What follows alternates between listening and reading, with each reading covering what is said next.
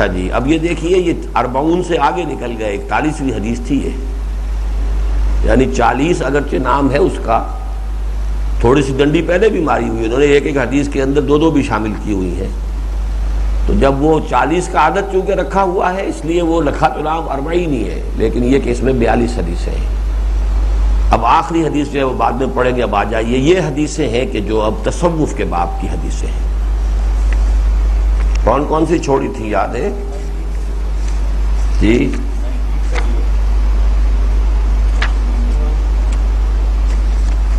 تاسع عن ابی العباس عبداللہ ابن عباس رضی اللہ عنہما قال، عبداللہ ابن عباس رضی اللہ تعالی عنہما جن کی کنیت ابو العباس ہے، وہی دادا اور پوتے کا نام ایک، ابو العباس عبداللہ ابن عباس، اپنا نام عبداللہ ہے، عباس حضور کے چچا کے بیٹے ہیں، اور انہوں نے اپنے بیٹے کا نام بھی عباس رکھا ہے، تو ابو العباس بھی ہے، ابن عباس بھی ہیں، ابو العباس بھی ہیں رضی اللہ عنہما قال کنت خلف النبی صلی اللہ علیہ وسلم یوما، بعض جگہ آتا ہے ردف النبی، ایک دن میں حضور کے پیچھے تھا، یعنی سواری پر، اونٹ پر، آگے حضور تشریف فرماتے پیچھے میں بیٹھ، ردیف کہتے ہیں، ردف بھی اس کو لفظ آیا ہے، ردیف کہتے ہیں وہ شعر کے آخر کی چیز جو ہوتی ہے۔ کنت خلف النبی صلی اللہ علیہ وسلم یوما فقال یا غلام، یا غلام ہے لڑکے، یہ غلام جو ہے بڑے محبت کے ساتھ، یا غلام اے بیٹے، غلام کا لفظ جو ہے بیٹے کے لیے بھی آتا ہے، حضرت مریم نے یہی کہا تھا انا یکون لی غلام ولم یمسسنی بشر ولم اک بغیا، تو اے بیٹے، چچا داد بھائی ہیں لیکن عمر میں بہت چھوٹے ہیں، بیٹے ہیں، انی اعلمک کلمات، میں تمہیں آج کچھ باتیں تلقین کرتا ہوں۔ یہ ہے وہ تربیت تزکیے کے لیے، دین کی حقیقت کو چھوٹے چھوٹے کلمات کے اندر ادا کر کے، اور ایسے انداز کے جس سے دل کے اندر گداز پیدا ہو جائے اور ایمان کی اصل حقیقت منکشف ہو جائے۔ انی اعلمک کلمات احفظ اللہ یحفظک، ہمیشہ اللہ کو محفوظ رکھو، اللہ تمہیں محفوظ رکھے گا، یعنی یاد رکھو۔ فاذکرونی اذکرکم،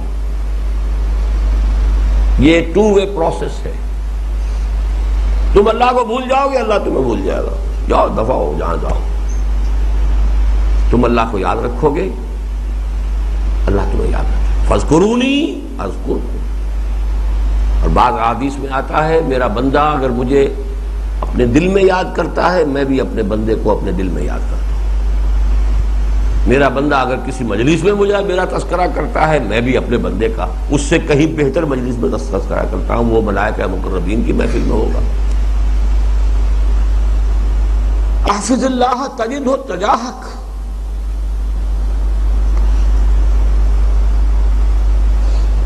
اللہ کو یاد رکھو تم اسے اپنے سامنے پاؤ گے۔ He is not far off. His help is readily available.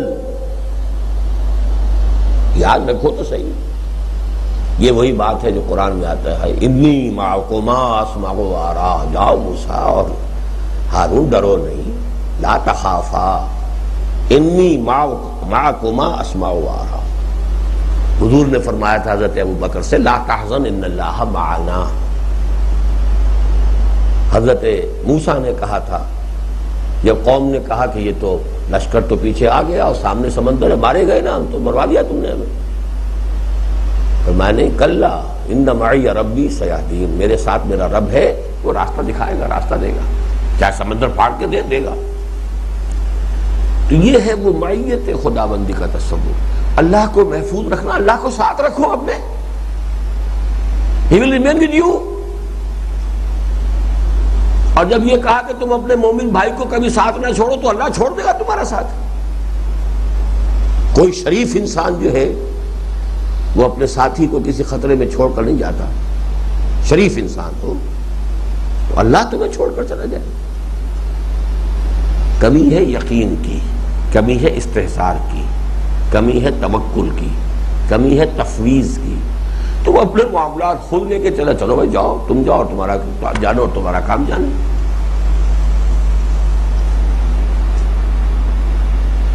تم ہمارے حوالے کر کے دیکھو، پھر ہم جانے اور تمہارا کام جانے.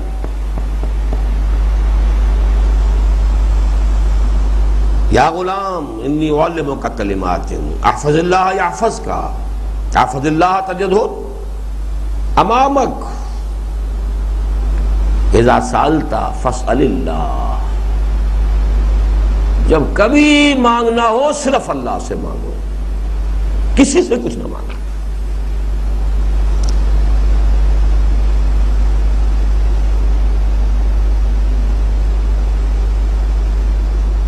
وَإِذَا اسْتَعَنْتَ فَاسْتَعِنْ بِاللَّهِ. جب مدد کی ضرورت ہو اللہ سے مدد مانگو. جب وہ ہر دم تمہارے ساتھ ہے، کسی اور سے مدد مانگنے کی ضرورت کیا ہے؟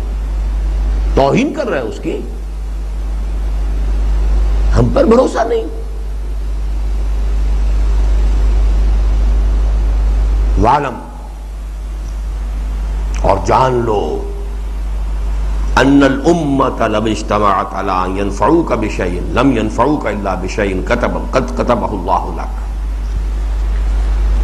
جان لو کہ اگر پوری قوم جمع ہو جائے، ایڑی چوٹی کا زور لگا دے کہ تمہیں کسی چیز کا فائدہ پہنچا دے، نفع پہنچا دے، ہرگز نہیں پہنچا سکیں گے مگر اتنا جتنا کہ اللہ نے تمہارے لیے لکھ دیا ہو. یعنی اپنی امیدیں منقطع کر لو. میرا کام یہ کر دے گا، وہ کام کر دے گا، اس سے میری مشکل حل ہو جائے گی، اس سے میری جو ہے مصیبت رفع ہو سکتی ہے، یہ ذرا سی سفارش کر دے تو بس بیڑا پار ہو جائے گا، یہ ایک رکا لکھ دے تو بس ہو جائے گا. وہ ایک کا رکا کیا، ساری قوم جمع ہو کر تمہیں کوئی فائدہ پہنچانا چاہے تو نہیں پہنچا سکتے سوائے اس کے جو اللہ نے تمہارے لیے لکھ دیا. تو کیا فائدہ اپنی عزت نفس کا دھیلا کرانا، مانگنا کسی سے؟ کچھ نہیں ہوگا. تم نے اپنے آپ کو ذلیل کر لیا، مدد مانگ کر اپنے آپ کو حقیر ٹھہرا لیا، اپنی عزت نفس کو ٹھیس پہنچا لی. ہوگا وہی جو اللہ تعالیٰ کے علم میں پہلے سے معین ہے، اور وہ ہونا ہی ہے. وَإِنِ اجْتَمَعُوا عَلَىٰ أَن يَضُرُّوكَ بِشَيْءٍ لَمْ يَضُرُّوكَ إِلَّا بِشَيْءٍ قَدْ كَتَبَهُ اللَّهُ عَلَيْكَ. اور اگر سب کے سب وہ جمع ہو جائیں کہ تمہیں کوئی نقصان پہنچا دیں، نہیں نقصان پہنچا سکتے مگر بس وہی جو اللہ نے تمہارے لیے پہلے سے لکھ دیا ہے. خوف ختم، امید ختم. خوف کس کا؟ He can't do any harm to me unless sanctioned by Allah. کیوں اس کے ہاتھ جوڑوں، کیوں گڑ گڑاؤں، کیوں خوشامد کروں؟ رفعت الاقلام وجفت الصحف. قلم اٹھائے جا چکے ہیں اور سیاہی خشک ہو چکی ہے. یعنی اب یہ وہی آ گیا اس حدیث کا، علم خداوندی میں ہر شے طے ہے، لکھا جا چکا ہے اور قلم اٹھائے جا چکے ہیں. اسٹاپ رائٹنگ، پینز ڈاؤن. اور سیاہی بھی خشک ہو چکی ہے. جفت الصحف، صحیفے خشک ہو چکی. رواہ الترمذی وقال حدیث حسن صحیح. وفی روایت غیر الترمذی احفظ اللہ تجد امامک تعرف